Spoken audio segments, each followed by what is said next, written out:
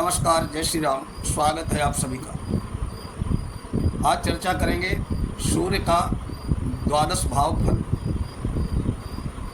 अगर सूर्य आपकी जन्म कुंडली के प्रथम भाव यानी लग्न में है तो जातक सम्मान के प्रति सचेत रहता है, तुनक मिजाज, अधीर, संवेदनशील, भावुक, परंतु क्रोधी, शीघ्र क्रोध हो जाने वाला, वायु रोगी, विदेश में रहने का इच्छुक, गहरे शरीर वाला, ऊंचे मस्तक वाला, प्रायः तीखी या तनी हुई उन्नत नाक वाला, अस्थि प्रधान शारीरिक गठन वाला, साहसी, न्यायप्रिय, अपनी बात ऊंची रखने वाला, राजा के समान जीवन जीने वाला, भेदभाव न करने वाला, सिर पर और शरीर पर कम बालों वाला, ऐसे जातक के पास धन तो होता है परंतु ये सूर्य अस्थिर नहीं रहता। यदि सूर्य स्थिति शुभ हो तो सरकार की ओर से लाभ मिलता है।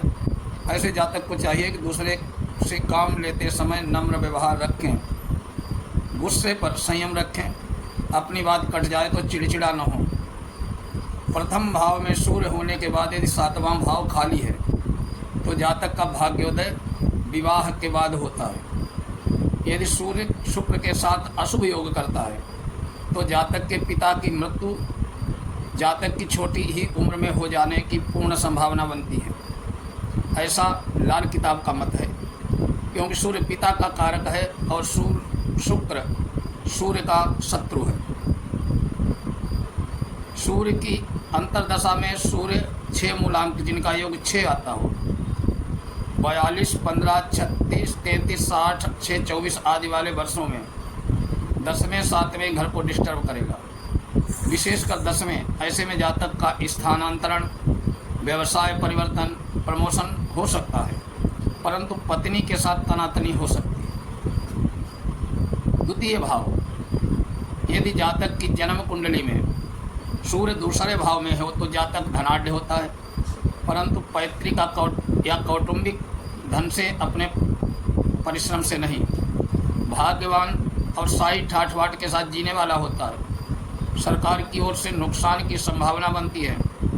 जातक अभद्रवाणी वाला और स्वार्थी होता, उसका परिवार उससे कभी प्रसन्न नहीं रहता। शुभ स्थिति हो तो दूसरों का हमदर्द, जरूरत पड़ने पर सहायता करने वाला भी होता है, किसी पर आश्रित नहीं रहता है। जातक को नेत्र रोग, मुख रोग, दांतों के रोगों की संभावना बनती है। वो दूसरों पर नहीं स्वयं पर खर्च करता है। लाल किताब के अनुसार दूसरे घर में सूर्य हो तो जातक को दूसरे से दान नहीं लेना चाहिए।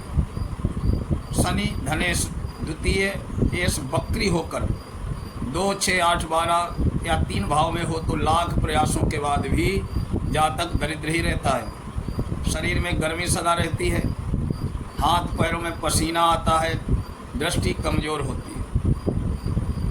तृतीय भाव फल, तीसरे भाव में सूर्य हो तो जातक अदम्य साहसी, वीर होता है, उसका आत्मबल बढ़ा होता है, सरकार से सम्मानित और प्रसिद्ध होता है, संघर्ष करने वाला जुझारू और धनवान होता है, काव्य में रुचि संभव हो सकती है परंतु उसके अपने रिश्तेदारों, भाइयों से खुशी व सम्मान कभी प्राप्त नहीं होता, नहीं रिश्तेदारों को उससे कोई खुशी मिलती है।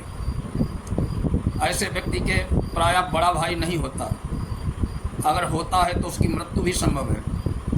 अन्य शुभ योगों में जीवित रह जाए तो जातक की उससे पटती नहीं, वैर विरोध रहता है।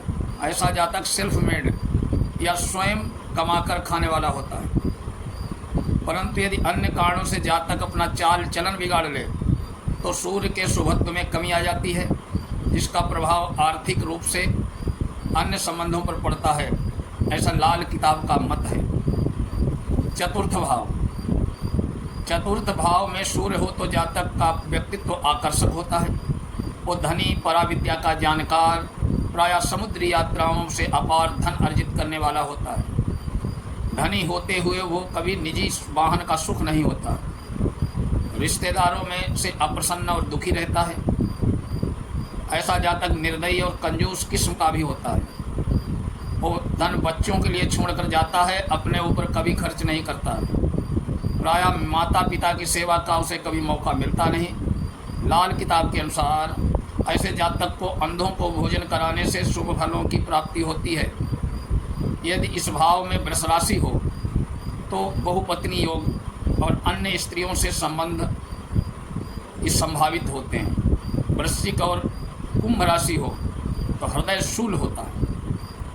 पंचम भाव फल, लग्न कुंडली के 5वें भाव में सूर्य हो तो जातक चरित्रवान, मेधावी, परंतु उदर का पेट का रोगी होता है। संतान होने में कठिनाई आती है। हृदय की संभावना, यदि पाप प्रभाव हो तो हृदय रोग की संभावना बनती है। जातक अपने परिवार की उन्नति करने वाला, भरे पूरे परिवार वाला होता है। पुत्र जन्म से ऐसे जातक का भाग्य चमकता है। लाल किताब के अनुसार ऐसा जातक अपनी संतान पर जो धन खर्च करता है उससे शुभ फल प्राप्त होते हैं। ऐसे जातक की पत्नी का गर्भपात या संतति अवरोध अवश्य होता है।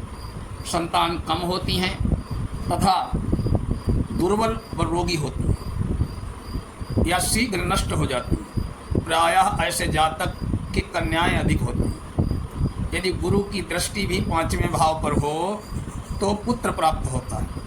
अग्नि तत्व की राशि हो तो संतान का अभाव या संतान सुख से अभाव होता है। वायु तत्व राशि हो तो जातक के 2 विवाह भी संभव हैं। स्वराशि में हो या पाप प्रभाव में हो तो उदर रोगी, हृदय रोगी बनाकर मृत्यु के समान कष्ट होता है। छठा भाव, छठे भाव में सूर्य लग्न कुंडली में हो तो जातक शत्रुओं को जीतने वाला, अपने सम्मान के लिए चिंतित, कठोर हृदय, स्वार्थी, धन के संबंध में लापरवाह तथा अपने भाग्य से संतुष्ट रहने वाला होता है। ऐसे जातक को सरकार की ओर से दंड, सजा या जुर्माना भी संभव होता है। जीवन साथी के साथ इसकी पटती नहीं, विशेषकर तब जब सूर्य छठे घर में और शनि 12वें घर में हो, तब पत्नी के लिए और भी अशुभ फल प्राप्त होते हैं। लाल किताब के अनुसार यदि छठे घर में सूर्य हो और दूसरा भाव खाली हो तो जातक के पिता के लिए भी अशुभ होता है। अशुभ सूर्य का प्रभाव जातक की संतान पर भी पड़ सकता है। इसके लिए बंदरों को गुड़ खिलाना लाभकारी है।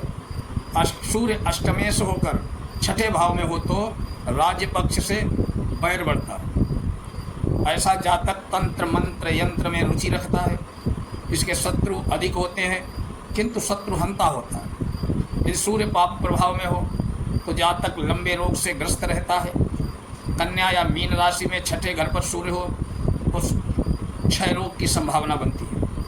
यदि वृष, सिंह, वृश्चिक, कुंभ राशि में हो तो दमा, ब्रोंकाइटिस, डिप्थीरिया आदि रोग संभव हैं। पुरुष राशि हो तो युवावस्था में ही प्रमेह रोग संभव है। आज ये 6 भावों का वर्णन किया सूर्य का। अगले वीडियो में अगले 7वें भाव से 12वें भाव तक के सूर्य का वर्णन होगा। तब तक के लिए नमस्कार, जय श्री राम।